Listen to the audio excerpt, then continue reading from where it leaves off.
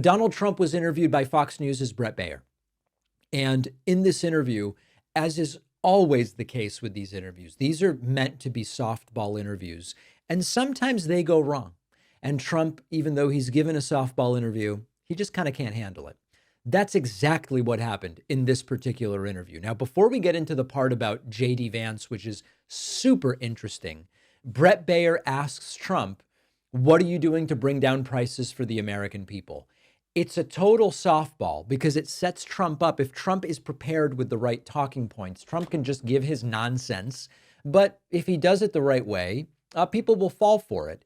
Instead, Trump delivers an incomprehensible rant when asked, what are you doing on prices? To plan, when do you think families will be able to feel prices going down, groceries, energy, or are you kind of saying to them, hang on, inflation may get worse until it gets better? No, I think we're going to become a rich... Look, we're not that rich right now. We owe $36 trillion. That's because we let all these nations take advantage of us. Same thing, like $200 billion with Canada. We owe $300. We have a deficit with Mexico of $350 billion.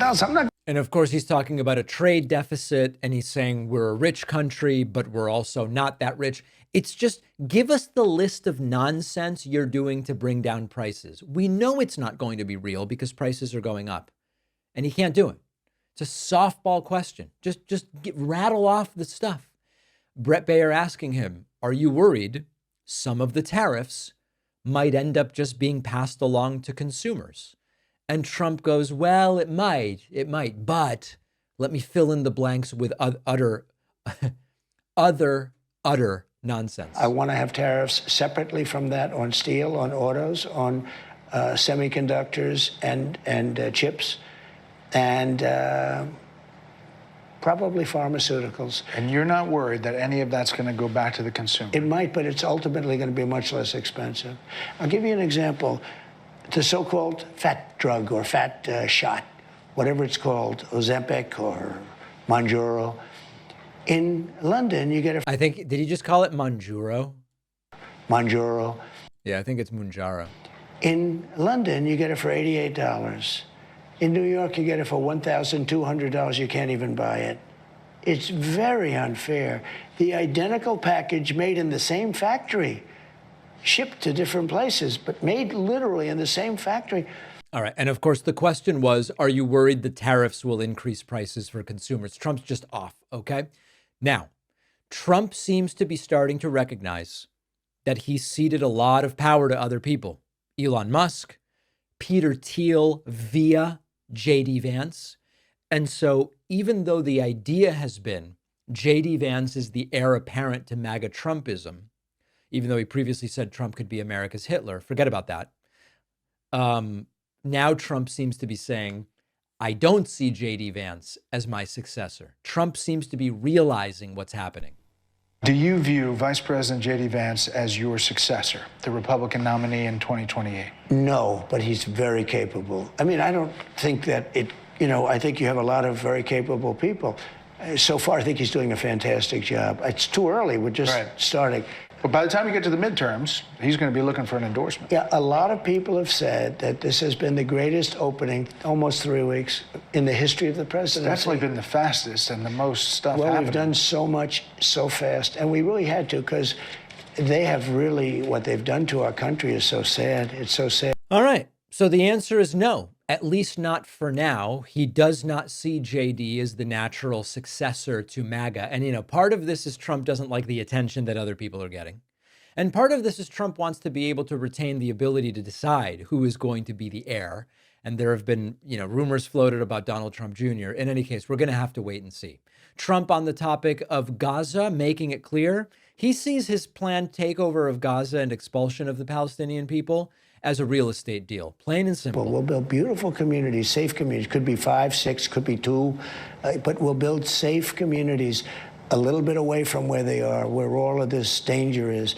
In the meantime, I would own this. Think of it as a real estate development for the future. It would be a beautiful piece of land. Would the Palestinians have the right to return? Spent.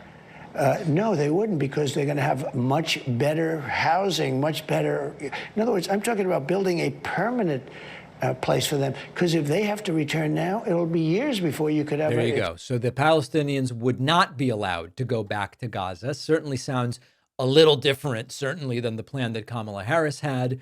Trump insisting during this completely ridiculous interview that everything was rigged about the election. Putin, do you squeeze him to get him to the table? I mean, how do you... It would have, look, I say it all the time, this would have never happened if I were president. If the election weren't rigged, this would have never happened. And let's see whether or not Fox lets you put that in, okay? If the election weren't rigged, do you hear me, rigged? Let's see, I mean, this would have never happened. It wouldn't happen with Putin, and October 7th would have never happened either. There you go. So quite an idea that Donald Trump has as far as what to expect. And then finally, Bret Baier sort of asking Donald Trump about the Trump dance, a surreal Kafka-esque moment. Finally, listen, you are the most recognized person in the world, likely the most imitated person in the world. Every comedian has a Donald Trump imitation, everyone. But now you have UFC fighters winning fights, NFL players doing the Trump dance. Yeah. Did you ever think that was going to be a thing? No, I didn't. I mean, we do these rallies. They've always been great, but they got really great. And it's just, I don't know what it is. I try and walk off sometimes without dancing, and I can't. I have to dance because it's just got something special about it. Mr. President, thanks for the time. Thank you. What a hard-hitting interview, and incredible that the Trump dance has just become so popular. Softball interview, he can't do it. In the Oval Office with Elon Musk, Elon's in control, not Trump. Sad state of affairs, my friends, but who can say we didn't expect it?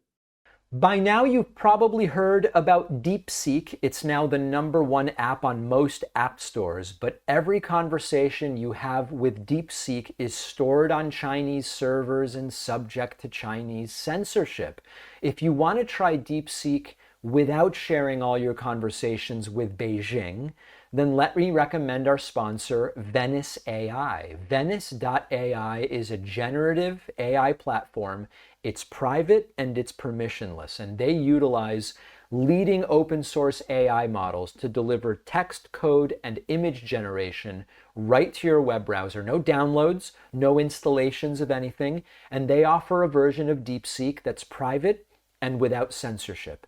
China's not the only problem. ChatGPT has the former director of the NSA sitting on their board right now. Do we think our conversations are private with American AI companies? We also know that these companies program their AIs to give only certain kinds of answers. I love that Venice.ai doesn't spy on you, doesn't censor anything. Messages are encrypted. Your conversation history is stored only on your browser. Enjoy private, uncensored AI. Go to venice.ai/Pacman and use the code Pacman to get 20% off a pro plan. The link is in the description.